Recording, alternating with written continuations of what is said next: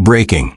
Prince William just did something no future king has done in 70 years. He refused to show up to the Prime Minister's event. Walked away.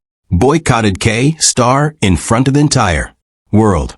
And the reason why is about to shake British politics to its core. This is not a scheduled conflict. This is not a miscommunication. This is open rebellion from the future king against the sitting government. And if you think this is just royal drama, you're missing what's really happening here. Hit subscribe right now, because what comes next could change Britain forever. Here's exactly what went down. Yesterday afternoon, Prince William was scheduled to attend Starmer's Commonwealth Day reception at Lancaster House. Over 300 guests were already there. Dozens of ambassadors, international dignitaries. Cameras ready. But 15 minutes before his planned arrival, Kensington Palace sent a message that stopped everyone cold. The Prince of Wales would not be attending. By tenting, no warning. No diplomatic courtesy, just a flat refusal that left the Prime Minister's office scrambling to explain to confused foreign leaders why Britain's future king had just snubbed their event. The embarrassment was immediate and global. But here's what makes this absolutely unprecedented. Palace sources are now confirming this wasn't about logistics or health or any normal excuse. This was intentional. William reportedly told senior aides he couldn't stand on the same stage as a government he believes is actively trying to destroy the constitutional role of the monarchy. Those are fighting words from someone who's supposed to stay neutral no matter what. The timing couldn't be more explosive. Starmer's Labour government has been pushing proposals to slash royal funding and give Parliament veto power over royal appointments. While ministers call it modernization, palace insiders are calling it something else entirely. A slow-motion coup against the Crown's independence. Draft documents leaked last month showed plans to reduce the sovereign grant and force royals to get government approval before major speeches or international trips. And William just said no publicly, dramatically, in a way that breaks 70 years of careful royal neutrality. To understand how big this is, you need to know that working royals never make political statements ever. They smile, shake hands, and work with whatever government voters choose, regardless of personal feelings. The last time a senior royal publicly defied a sitting government was during the Suez crisis in 1956, and that was behind closed doors. For William to boycott a government event in full view of international media puts him in territory no future king has entered since before Elizabeth II took the throne. The fallout was instant chaos. The Foreign Secretary David Lammy was blindsided. Multiple sources confirm his office only found out about William's absence through back channels, not through proper diplomatic protocol. That breach alone tells you how fast this decision was made and how completely relations between Kensington Palace and Downing Street have collapsed. Cabinet members arriving at Lancaster House had to face a room full of international guests asking the same uncomfortable question. Where's the Prince of Wales?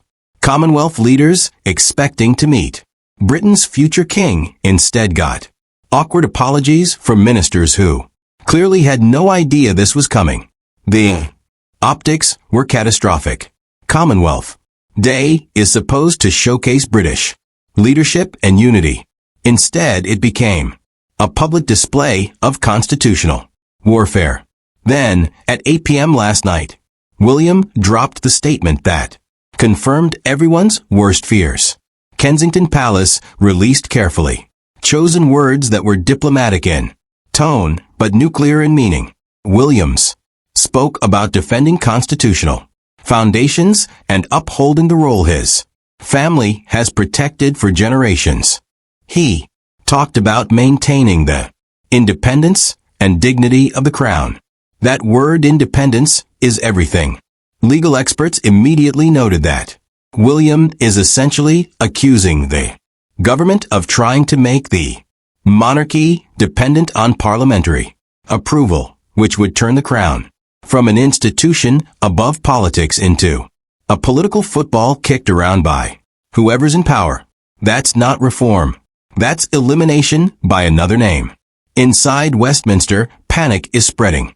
Labour MPs are privately terrified about picking a fight with the royal family at the worst possible time. Princess Catherine's approval ratings are in the high 70s. Prince William is one of Britain's most trusted public figures. Meanwhile, Starmer's government is already polling in the low 30s. Going to war with beloved royals, while your own numbers are tanking political suicide. Even Labour insiders are breaking ranks. One backbencher, speaking anonymously, called this an unforced error that's handing the opposition a gift they couldn't have dreamed up themselves. Another described Labour WhatsApp groups as ranging from concern to outright panic. Nobody thought the royals would actually fight back.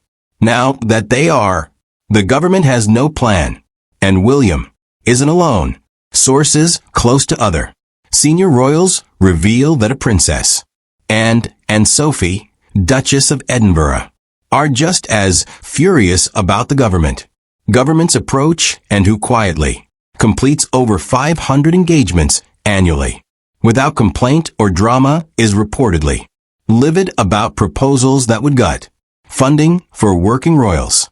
There are now serious discussions about coordinated action with multiple royals potentially refusing to attend government functions until the proposals are withdrawn.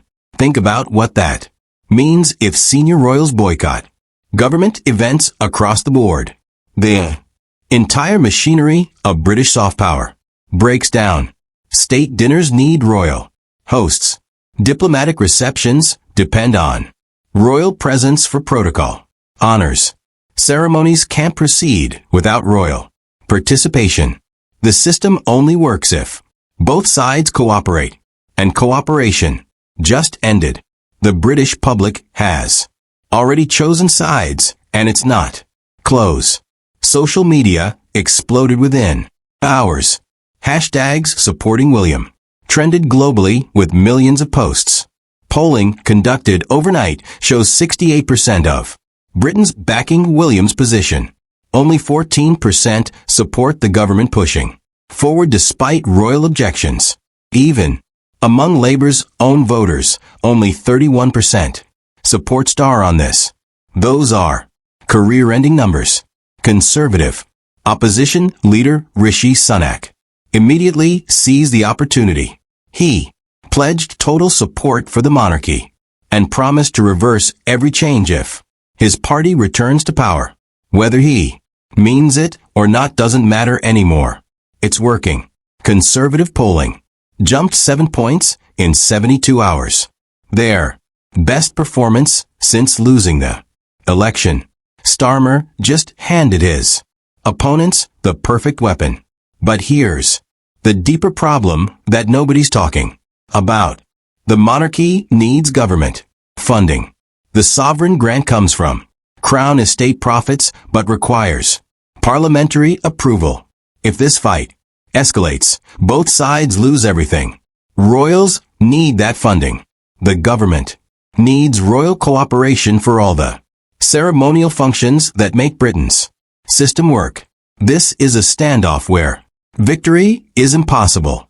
If William pushes too hard, he drags the monarchy into partisan politics, which could ultimately destroy the institution he's trying to save. If Starmer pushes too hard, he triggers a constitutional crisis that will define and doom his entire premiership. Constitutional experts are using words like unprecedented and dangerous. Britain's system runs on unwritten rules and mutual respect between Crown and Parliament. When that breaks down, there's no instruction manual. The last comparable situation was the abdication crisis of 1936, and that nearly ended the monarchy entirely. Nobody wants to find out what happens if we go down that road again. Professor Robert Hazel, a leading constitutional scholar, called this the most serious Crown government confrontation since World War II. He warned that both sides need to find a face-saving compromise immediately before positions become too entrenched to walk back. Once lines are drawn in public, climbing down becomes almost impossible. There's also the Commonwealth dimension. William has invested heavily in Commonwealth relations and sees himself as a future bridge between Britain and dozens of member nations. 15 Commonwealth countries still have the British monarch as head of state. If William believes the government is undermining his future role or disrespecting Commonwealth traditions, that explains why he's willing to risk so much. Several Commonwealth leaders have privately backed William's stance. According to diplomatic sources, they view the British monarchy as crucial symbolic glue holding the Commonwealth together. Anything that weakens the Crown weakens the entire organization. And they're telling Starmer that loud and clear. The economic stakes are rising too. Royal events generate an estimated £1.8 billion annually in tourism revenue alone. The monarchy's value for British soft power and business diplomacy is harder to measure, but enormous. If senior royals start withdrawing from public life in protest, the economic and diplomatic costs will be real and painful. Inside number 10, sources describe growing alarm that this has been catastrophically mishandled. Some aides argue the government should have consulted the palace properly before announcing reforms. Others insist backing down now would look fatally weak. Starmer is trapped between his Republican base demanding action and political reality showing he's losing this fight badly. Parliament debates royal funding reforms on Tuesday. If that proceeds despite William's protest, expect escalation. If the government backs down, Starmer's own supporters will accuse him of caving to unelected privilege. There's no good option left. William has made his calculation. Speaking out now, even if it shatters protocol, is less dangerous than staying silent while the monarchy's constitutional foundation is dismantled piece by piece. Whether that gamble pays off will determine both his future as king and whether the British monarchy survives the 21st century. So what do you think? Is William right to break neutrality and fight back? Should Starmer back down to avoid crisis? Or does Britain need this confrontation to finally decide what the monarchy means in a modern democracy? Drop your thoughts in the comments.